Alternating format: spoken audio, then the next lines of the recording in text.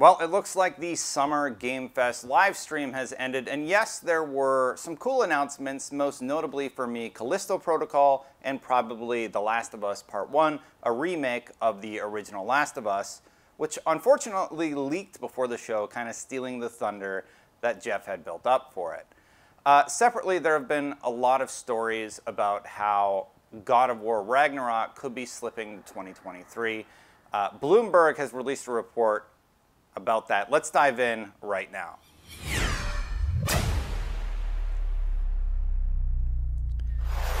Hi there, everybody. I'm coming to you from a random hotel room. If you like my content, please hit that subscribe button, hit that bell to know when it goes live, and I'll keep trying to make these if you like this format. Anyway, I know it's not my usual location, but I'll do my best to make this work. Diving right into the Bloomberg report, basically Bloomberg said the following.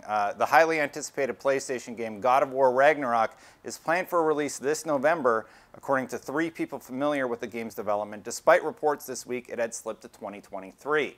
So basically what Jason Schreier is saying is he believes it is still November 2022, and I'm hopeful that date's correct. I actually really love the God of War series, and I would love to play God of War in 2022.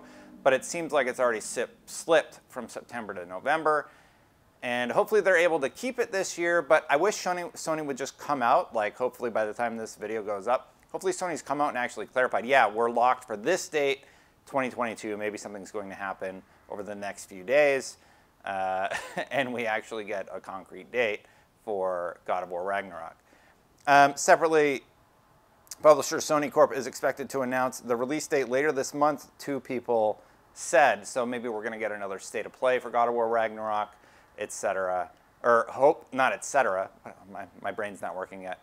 Hopefully we get a state of play that just shows us a bunch of gameplay from God of War Ragnarok. Now, moving on to Summer Game Fest, there were a few games that jumped out at me, and just looking at all the reveals, stuff that sort of piqued my interest included Witchfire. I think Witchfire looks kind of interesting.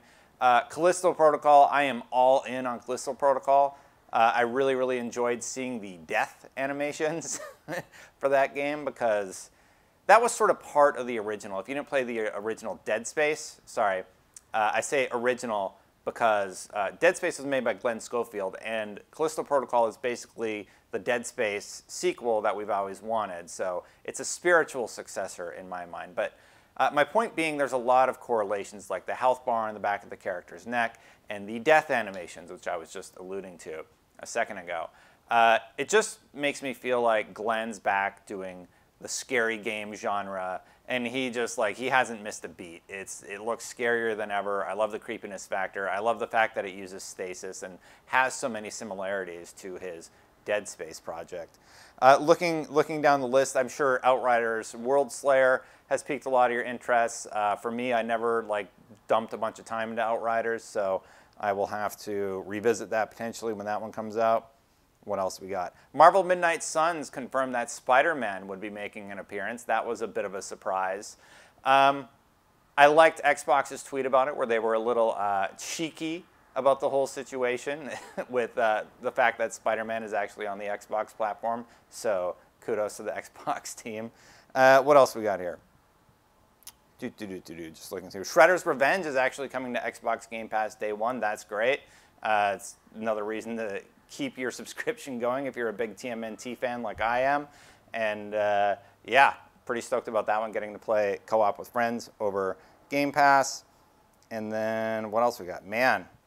So the event was very long. Let me just say that. I felt like it kept going and going and going. And well, it was cool to see all of these games all on one stage. It felt too long, right? And I think that's the problem with Summer Game Fest. It feels like it keeps getting longer and longer, and it's just not necessary.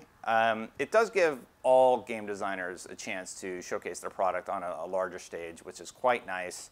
So I am glad that Jeff is able to offer that for people, but there was a lot of stuff in there that wasn't that exciting, for lack of a better term. And then the fact that The Last of Us Remake ended up leaking, that has to be a bummer for Jeff and the team, because I bet they were really excited about revealing that to the world for the first time.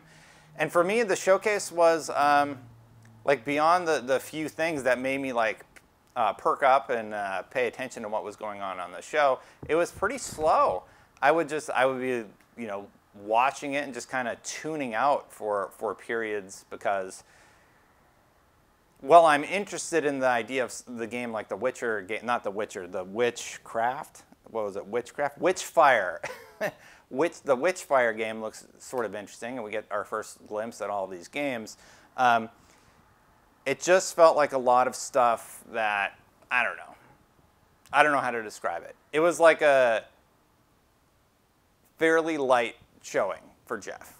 Like, I admire what they're able to do with putting on these shows. They are no small feat. They're a tremendous amount of work. But content-wise, it was sort of you know? It was probably one of the most lackluster events that Jeff has done in a while.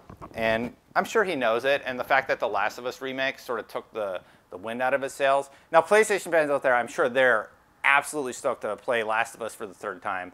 But for me, who played it, I played the remaster. I think I played the remaster. But anyway, I played that game. I adore the original Last of Us. I believe I played the remaster a little bit, at least to look at like the changes to 60 FPS and all that stuff. And now they're releasing it again to coincide with the HBO special.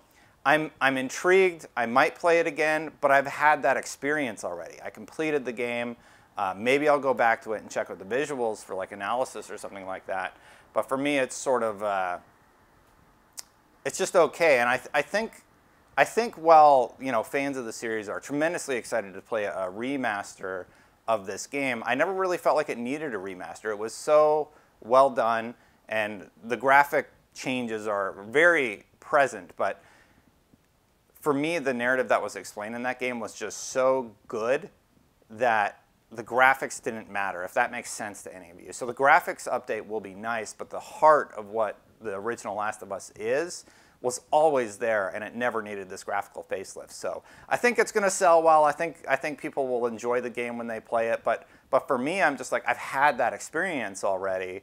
Am I going to dedicate time to The Last of Us Part 1, or am I going to play something else during that time period? And I would probably lean towards dedicating most of my time to playing something else at that time. But I'm very excited for those of you who are excited about the new graphical update. I don't want to take anything away from you. I'm just talking about my personal opinion on the reveal. So it's cool. It's interesting from a technical perspective.